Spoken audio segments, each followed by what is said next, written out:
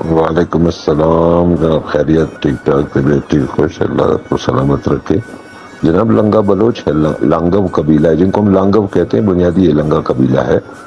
اور اس کی جو بنیاد ہے، آمد ہوئی ہے، یہ ہمارے بلوچستان کا جو مغربی حصہ ہے، یہاں سے بندر عباس سے آگے ایک بندرگاہ ہے چھوٹی، بندر لنگا اسے کہتے ہیں۔ انٹرنیٹ پہ آپ کو مل جائے گا، آپ دیکھیں۔ یہ سارا جو ہے نا ہمارا بلوچ علاقہ ہے، اور یہاں پہ جدگالی بلوچی ابھی بھی بولی جاتی ہے۔ یہ ارمزگان کے قریب اور بندر عباس کے قریب ہے۔ آپ نیٹ پہ اس کو سرچ کریں، بندر لنگا لکھ دے، وہ خود جو ہے نا گوگل اس کو فائنڈ آؤٹ کر دے گا۔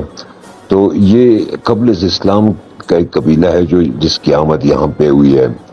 اور یہ اس کے بارے میں بعض تو یہ بھی کہا جاتا ہے کہ جو قدیم سیوا قبیلہ تھا، جیسے کہ محمد حسین انکا نے انہیں سیوا کو لانگو قرار دیا ہے، اور یہ ایک تحقیق طلب بات ہے، غور طلب بات ہے۔ یہاں پہ بالکل ایسا ہو سکتا ہے کہ یہ انہی قدیم قبائل میں سے، ظاہر اسلام سے قبل یہاں کے جو قلات کے لوگ تھے وہ ہندو ہی ہوں گے، غیر مسلم ہوں گے تو ہندو ہوں گے۔ اس طرح مغربی بلوچستان کے لوگوں کی جو زیادہ تر جو مذہبی اعتقادات تھے وہ پارسی تھے، یعنی وہ آتش پرست زرتشت کے ماننے والے تھے۔ تو ممکن ہے، ممکن نہیں بلکہ حقیقت ہے، اس لیے کہ ایک قدیم کتاب ہے اوادنا کلپلاتا، جو کہ بدھ مت والوں کی ایک مذہبی کتاب ہے۔ یہ 2 والیوم میں ہے، اور یہ 2300 سال پہلے لکھی گئی ہے، یعنی 300 قبل مسیح کے لگ بھگ۔ اس کے چیپٹر 57 میں قلات کا تذکرہ ہے بلوچستان کا، باقاعدہ بلوچستان کے نام سے اس خطے کا تذکرہ ہے، اور اس کا جو ایک بڑا شہر ہے یا کیپٹل سٹی ہے وہ قلات سیوا کے نام سے اس میں لکھا ہوا ہے، اور پھر قلات نیچارا کا ذکر بھی ہے اس میں۔ اسی طرح اس میں مقران کے بھی 2 اہم مقامات کا، ایک تو انگولاج کا ذکر ہے جو کہ لسبیلا میں ہے، اور دوسرا اس میں افتلار کا ذکر ہے، استولا افتلار یا ستادیپ، جو کہ پسنی کے قریب ایک مشہور بندرگاہ ہے، جزیرہ ہے، اور غیر آباد جزیرہ ہے۔ وہاں پہ شاید 1-2 گھرانے ہوں، لیکن مجھے یاد ہے میں بہت پہلے گیا تھا جب میں بالکل نیولی جاب میں آیا تھا ایک دوست کے ساتھ، تو وہ ایک ویران سا جزیرہ تھا، کچھ نہیں تھا وہاں پہ۔ تو یہ اس کا ذکر، لیکن اس کی مذہبی اہمیت ہے ہندو مت کے حوالے سے، کیونکہ وہاں پہ کچھ مذہبی ایسے آثار پائے جاتے ہیں۔ وہاں پہ میں نے خود پتھر کی ایک قندیل دیکھی تھی۔ تو اس طرح انگولاج ہے، انگولاج بھی یہی کہتا ہے کہ یہ خطہ کبھی ہندو مت رہا ہے، اور اس کتاب کے اندر لکھا ہے کہ Kalat was a Hindu kingdom.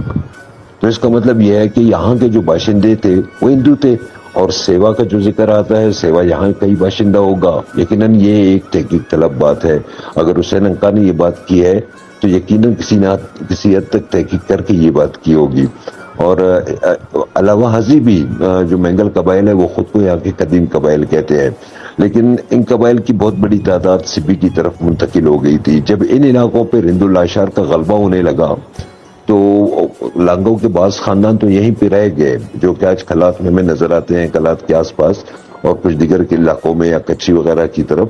لیکن ان کی ایک بڑی تعداد سبی سے منتقل ہو کر ملتان چلی گئی۔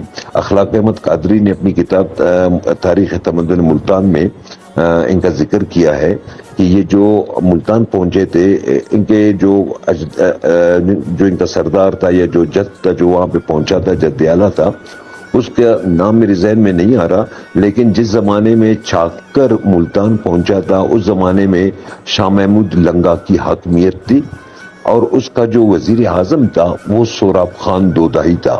سوراب خان بذات خود اوت قبیلے سے تعلق رکھتا تھا، اور اس کا والد دودا خان اوت مقران سے لنگا خاندان کے کہنے پہ ہی ملتان چلایا تھا، جن کو یہ کروڑ پکا اور یہ دریا کے کنارے کنارے کی بڑی زمین، حتیٰ کہ مظفر گڑھ تک یہ زمینیں ان کو دے دی گئی تھی۔